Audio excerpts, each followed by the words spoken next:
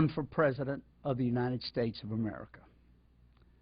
I run to prepare America to grow jobs again, beginning with the elimination of our tolerance for unfair foreign trade practices and the use of our own tax code to ship jobs overseas. I run to reveal and challenge the control of the special interest over our nation's capital and demonstrate the freedom to lead that can only come from refusing their money. I run as a proud Republican, but an even prouder American. I believe in America, its values, its future. We're a nation at risk, and neither the President nor any of the other candidates for this office addresses or has solutions for the two major problems facing America. One, unfair trade, which is stealing our best jobs, stopping economic growth, causing us to slowly sink under a mountain of debt while we attempt to maintain our standard of living by borrowing rather than working. Yet no one mentions unfair trade or solution for the problem. No one. Which leads to the second unmentioned problem. Special interest campaign donations which own Washington, D.C., turning it into a corrupt institution where fat cat special interest checks write the tax code, the health care reform, and bank reform. And corporate profits are at an all-time high, while these same corporations send American jobs overseas, causing fear and pain among the families of millions of our neighbors. In short, the guys with the big checks don't want reform or change. They've never had it so good. That's why no one running for president talks about solving either problem. Unfair trade stealing our best jobs or institutional corruption of Washington, D.C. They need the money to win. I run for president by accepting no PAC money, no contribution over $100 a person, and full disclosure, no matter what the size of the gift, $5 or $75. We must break the stranglehold of special interest on a tax code you can't read, a budget that will never be balanced, a debt that cannot be repaid, and the reform of Wall Street banks who live by their greed and illegal activities, health care reform that doesn't drive down the cost, and we send American jobs overseas day after day. There's only one way to get control of our country away from the special interests. Don't take their blood money. Don't take their PAC money. Don't take their bundled money. Don't take their only want access money. A president must be free to challenge and change Washington. And our current president,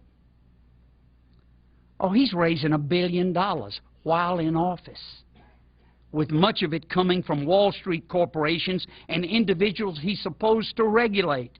The price tag, $35,000 a ticket, and too big to fail is still on the books. Manufacturing jobs are fewer than 10% now in America. Made in America is a label that's disappeared. Unemployed and underemployed seem permanent now at 20% plus.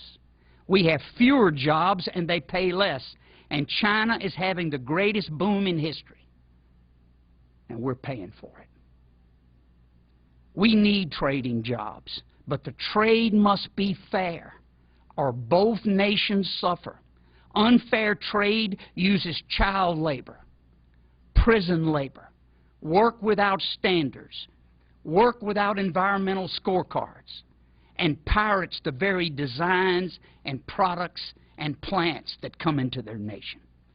These unfair trade practices have cost us millions of our best jobs over the last 20 years, not just the last 2. causing untold pain and anxiety in families across America. And our leaders have done nothing but talk about the wonders of free trade. So-called free trade has killed us. Trade must be fair first, then free. American presidents, starting with George Washington, protected American manufacturing jobs from predatory trading practices for more than 160 years. This is not a radical idea. It's what built America. It worked again after World War II for Germany and Japan, both of whom refused free trade and protected their jobs. Now Germany is the largest economy in Europe and Japan #2 on earth. We must protect our best jobs from unfair trade and from U.S. companies who move jobs overseas using our own tax code to pay for it. They're free to do it, but we should not have to pay for it. We can protect our critical jobs without the general use of tariffs, which, although successful, tend to be overly political in their formulation and application. As a first step, as a substitute for that strategy, I would amend the tax code to disallow any tax deductions for expenditures for any goods produced or services located outside of the United States. Don't bring up the problem of call centers.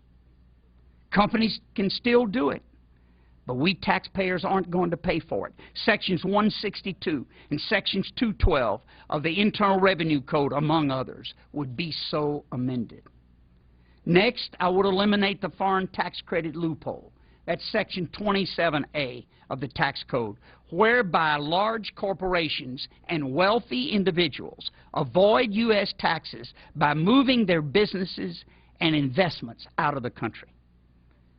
You know, they're protected as United States citizens, but they don't pay their fair share of tax for that privilege. Example number one, General Electric made $5 billion in profit last year in the U.S. and paid 0 federal income tax.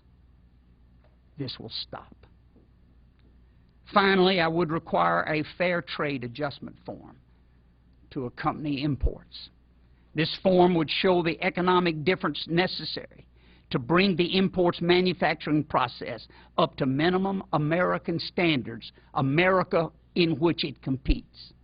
This difference will be paid by the importer, as with the cost of the adjustment analysis. Unfair trading nations will lose their unwarranted advantage. The fair competitor will suffer no ill effect. Trade will grow, but it will be fair.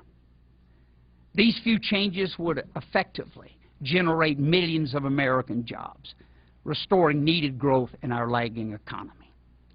There's much we need to do. We need to deregulate small business so it can grow again. That's where jobs come from.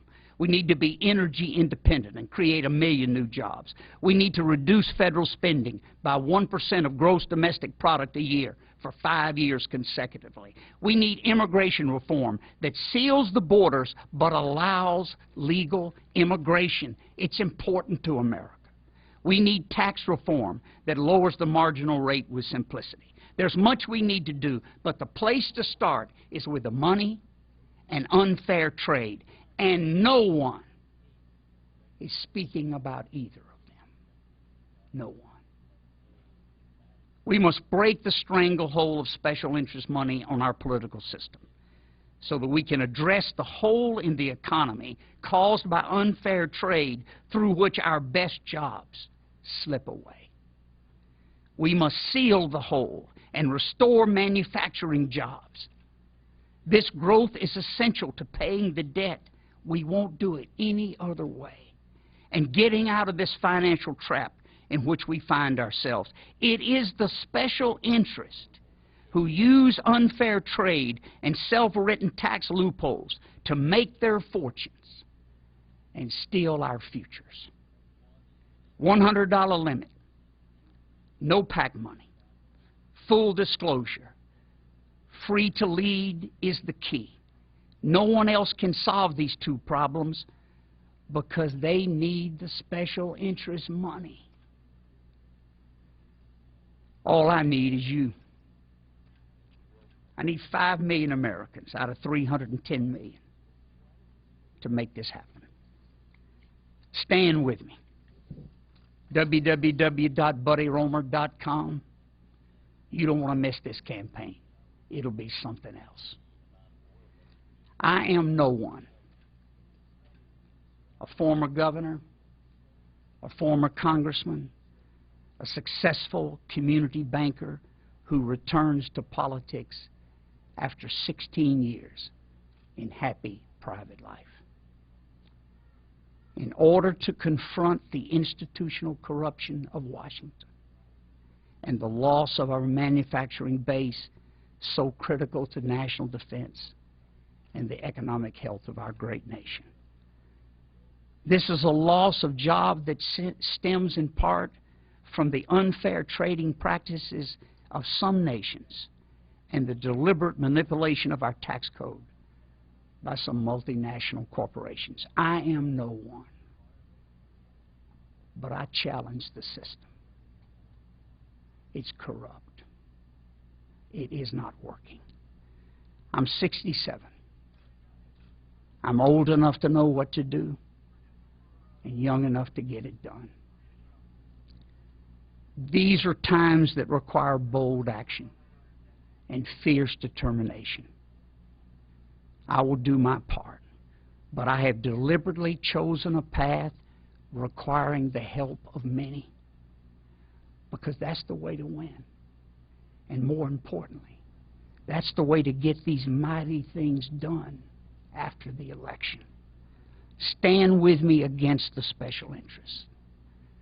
Spread the word that real change is amongst us. Even with the obvious failure of government to confront unfair trade practices and make America strong, the boys at the top are living so well they've forgotten the rest of America. I haven't. I asked the 98% of Americans who never give to a presidential candidate to stand with me. Together we will restore America's promise to our children and grandchildren. Free to lead a rising America. We start in New Hampshire, where the state motto is live free or die. It's a good beginning. May God bless America and each and every one of you.